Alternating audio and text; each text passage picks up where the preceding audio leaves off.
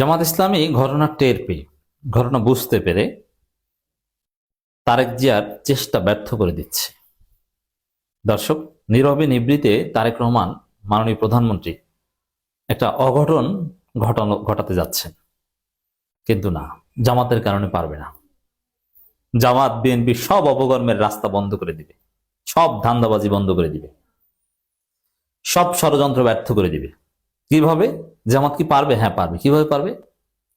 দেখেন, আমরা আসছি। আপনারা জানেন যে পিলখানা ট্র্যাজেডি, সেনা অফিসার হত্যাকাণ্ড, এটাকে বিডিআর বিদ্রোহ হিসেবে দেখানো হয়। এটার একটা তদন্ত হয়েছে। হাসিনার আমলে তো এটার কিছুই হয়নি, কারণ হাসিনা নিজেই জড়িত। একটা তদন্ত হয়েছে। এই ইউনূস সরকার একটা তদন্ত কমিশন করেছে, রিপোর্ট এসেছে। সেই রিপোর্টে ভারতকে দায়ী করা হয়েছে, ভারতের সম্পৃক্ততা পাওয়া গেছে। তো তারেক রহমান সরকার ক্ষমতায় এসে প্রথম যে ফাইলে সাইন করেছেন সেটা হচ্ছে যে বিডিআর বা এই সেনা হত্যা পিলখানা ট্র্যাজেডি নিয়ে নতুন তদন্ত হবে। এর মানে আগের তদন্ত বাদ এবং নতুনভাবে বিচার হবে, এই তো। এটা তারেক রহমানের সিদ্ধান্ত। তো জামাত এই বিষয়ে মুখ খুলেছে। তারেক রহমান ক্ষমতা এসে প্রথমে এই ফাইলে কেন সাইন করেছে? বিডিআর নাম পুনর্বহাল বা এই সম্পর্কিত বিষয় আছে। প্রথম কথা হচ্ছে যে ইউনূস সরকার সঠিক তদন্ত করে সঠিক বিষয়টা বের করেছে, কিন্তু এখন তারেক রহমান যেহেতু ভারতের সাথে সমঝোতা করে ক্ষমতা এসেছেন, বরং তারেক রহমানের বাংলাদেশে আসাটাই ভারতের সাথে একটা আন্ডারস্ট্যান্ডিং এর ফল। সেই জায়গায় ভারত দুইটা বিষয় থেকে মুক্তি চায়। এটা পুরো ভারতের জন্য, দেশে বিদেশে ইন্টারন্যাশনাল গ্রাউন্ডে ভারতের জন্য চরম কঠিন একটা বিব্রতকর পরিস্থিতি ছিল। নির্বাচন না হলে ইউনূস সরকার এটার মাধ্যমে ভারতকে লাইনে আনত। দুইটা বিষয় থেকে ভারত মুক্তি চায়। একটা হচ্ছে বিডিআর হত্যাকাণ্ড বা বিডিআর বিদ্রোহের যে ঘটনা, সেনা হত্যাকাণ্ড, সেই ঘটনায় ভারত জড়িত, এটা এস্টাবলিশড ফ্যাক্ট। এটা ইউনূস সরকারের তদন্ত কমিশনের রিপোর্টে এসেছে। এখন ওখান থেকে দায় মুক্তি চায় ভারত, যে বাবারা আমরা ঘটনা ঘটিয়েছি, এখন তোমরা যদি এটা আনুষ্ঠানিকভাবে প্রতিষ্ঠিত করে বিচার করো, তাহলে দেখা যাবে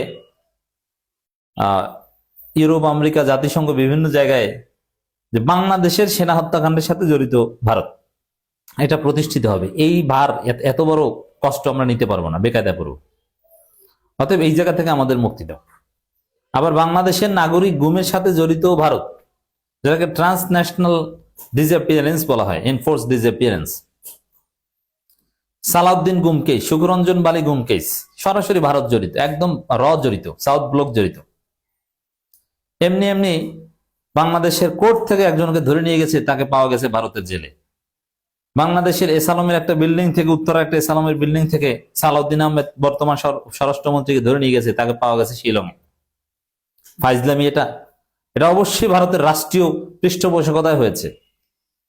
এখন এই কেসে যদি ভারত ফেসে যায়, ভারতের ভিতরেও মোদী সরকারের বিরুদ্ধে ভারতের জনগণ আন্দোলন করবে, তোমরা বাংলাদেশের ভিতরে যে আকাম করো কেন, এবং আন্তর্জাতিক গ্রাউন্ডে ভারত কঠিন পরিস্থিতিতে পড়বে। তো এই কারণে ভারত যে কোনো মূল্যে, এমনকি জামাত ক্ষমতা আসলেও চাইতো যে জামাত তোমরা ক্ষমতায় আসো, তোমাদেরকে এই দেব সেই দেব, আমাদেরকে এই দুই জায়গা থেকে তোমরা মুক্তি দাও। এই দুই জায়গা থেকে মুক্তি পাওয়া, এটা মোদী সরকারের টপ প্রায়োরিটি ছিল। এই জন্য তারেক রহমানের সাথে যে ডিল হয়েছে ভারতের, এই ডিলিং এর প্রধান অন্যতম ইনস্ট্রুমেন্ট ছিল যে ট্রান্সন্যাশনাল গুম কেস এবং পিলখানা ট্র্যাজেডি কেস, এই দুই জায়গা থেকে আমাকে বাঁচাও। তো এই চুক্তি অনুযায়ী তারেক রহমান ক্ষমতা এসে সাথে সাথে যে তদন্তে ভারত দায়ী হয়েছিল, ওই তদন্ত বাতিল, নতুন ভাবে তদন্ত করা, মানে নতুন তদন্তে আর ভারতের সম্পৃক্ততা পাওয়া যাবে না। তবে হ্যাঁ, এখানে শেখ হাসিনাদের মন্ত্রী, এমপি, এদেরকে আসামি করা হবে। এরা তো এমনিতেই আসামি, এরা তো এমনিতেই নিষিদ্ধ। অর্থাৎ তাদের আসামি করে ভারতকে বাঁচানো হবে। আসামি তো শেখ হাসিনা অবশ্যই, কিন্তু এখানে শুধু শেখ হাসিনা এবং মন্ত্রী শেখ হাসিনা, জাহাঙ্গীর কবির নানক, এদেরকে ধরা হচ্ছে, এদেরকে সামনে আনা হচ্ছে, আর ভারতকে এখান থেকে দায় মুক্ত দেওয়া হচ্ছে। এই চেষ্টা করছে।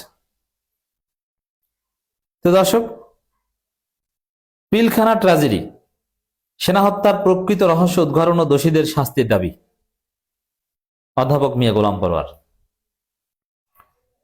2009 সালে পিলখানা সেনা হত্যার প্রকৃত রহস্য উদ্ঘাটন করে দোষীদের শাস্তি নিশ্চিত করার দাবি জানিয়ে বাংলাদেশ জামাত ইসলামের সেক্রেটারি জেনারেল সাবেক এমপি মিয়া গোলাম পরোয়ার এক বিবৃতি প্রদান করেছে। মানে তারেক রহমান যে ধান্দা করেছিলেন ভারতকে বাঁচিয়ে দিই, জামাতে এই জায়গায় তাদের বাড়াবাতে ছাই দিয়েছে এক প্রকার। গোলাম পরোয়ার বিবৃতির তাৎপর্য কিন্তু এটা, বুঝতে পারছেন? তারেক রহমানের চেষ্টা ভারতকে বাঁচানোর। আর আমরা যে বলছি, তো জনগণ তো জেনে গেছে ভারতের সাথে জড়িত, এটা জনগণ আগেই জেনে গেছে। তো জামাতের বিরোধী দলীয় ভূমিকার একটা দিক হবে যে সবকিছুর অল্টারনেটিভ দেওয়া। এখন ভারত এই কাজ করছে, বিএনপি যে অপকর্ম করবে তার বিপরীতে শুদ্ধ কর্ম কি জামাত সেটা করবে। এখন বিএনপি সরকার এই তদন্ত, দেখেন এখানে কিন্তু বিচার প্রক্রিয়া থেমে গেল। তদন্ত বিচার অনেক, এটা হয়তো হবেই না, ফাইল করে থাকবে, বলবে যে হচ্ছে বলে হবে না। সাগরণী হত্যাকাণ্ড যেরকম কোনোদিন আলোর মুখ দেখে নাই, ওরকম হয়তো বা দেখবে না। বিএনপি এত কিছু পারলে করুক না, সাগরণী হত্যাকাণ্ডের বিচার করে দেখা পারবে না, বিডিআর বিদ্রোহ কোনো কিছু পারবে না। প্রদত্ত বিবৃতিতে তিনি বলেন, সমঝোতা নির্বাচনের মাধ্যমে ক্ষমতা গ্রহণের পর আওয়ামী লীগ নেতৃত্বাধীন সরকার 2009 সালের 25 ও 26 ফেব্রুয়ারি ঢাকায় পিলখানা পরিকল্পিতভাবে 57 জন চৌকস সেনা কর্মকর্তা সহ মোট 74 জনকে মর্মান্তিকভাবে হত্যা করে। আমরা নিহতদের গভীর শ্রদ্ধার সাথে স্মরণ করছি ও তাদের রুহের মাগফিরাত কামনা করছি। সেই সাথে আমরা তাদের পরিবার ও আত্মীয় স্বজনের প্রতি সমবেদনা জানাচ্ছি। তিনি আরো বলেন, ফ্যাসিস্ট আওয়ামী সরকারের ক্ষমতা পাকাপোক্ত করার জন্য দেশপ্রেমিক সেনাবাহিনীকে হত্যা করে মূলত দেশের স্বাধীনতা সার্বভৌমত্ব হুমকির মুখে ফেলার ষড়যন্ত্র করে। স্বৈরাচারী আওয়ামী লীগ সরকার এই দুষ্কৃতম মর্মান্তিক ঘটনা অনেক নিরীহ ব্যক্তি গ্রেপ্তার করে বিচারের নামে প্রহসনের আয়োজন করে, তাদেরকে বিভিন্ন মেয়াদে দণ্ড দিয়ে কারাগারে আটক রাখে। অনেকে নির্দোষ প্রমাণিত হলেও ফ্যাসিস্ট সরকারের ষড়যন্ত্রের কারণে তাদের মুক্তি মেলেনি। এর মানে এখানে যে উল্টোপাল্টা কাজ এখন ওই বিএনপিও করতে চাচ্ছে ঘটনা ধামাচাপা দিতে, এটা দেখার চেষ্টা করছে। 24 আগস্টে ছাত্র জনতার গণঅভ্যুত্থানের মুখে স্বৈরাচারের পতন ঘটে, দেশ আজ স্বৈরাচারের কবল থেকে মুক্তি লাভ করছে, নতুন সরকার গঠিত হয়েছে।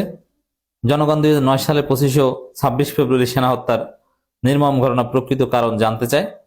আমরা বর্তমান সরকারের নিকট দেশপ্রেমিক সকল সেনা অফিসার হত্যার প্রকৃত রহস্য উদ্ঘাটন করে দায়ী ব্যক্তিদের চিহ্নিত করে বিরুদ্ধে কঠোর আইনানুগ ব্যবস্থা করার আহ্বান জানাচ্ছি। ভারতকে দায় মুক্তি দিবেন? আপনি পারবেন না।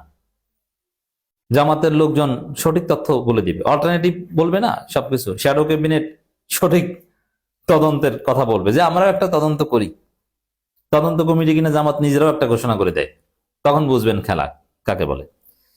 যেসব নিরীহ নিরপরাধ ব্যক্তি কারাগারে আটক আছেন তাদের অবিলম্বে মুক্তি দেয় এবং যারা ক্ষতিগ্রস্ত হয়েছেন তাদের পুনর্বাসনের জন্য সরকারের নিকট জোর দাবি জানাচ্ছে। এ উপলক্ষে সারা দেশ জামাত ইসলামী শাখা সংগঠনের পক্ষ থেকে আলোচনা সভা, দোয়া মাহফিলের আয়োজনের আহ্বান জানাচ্ছি।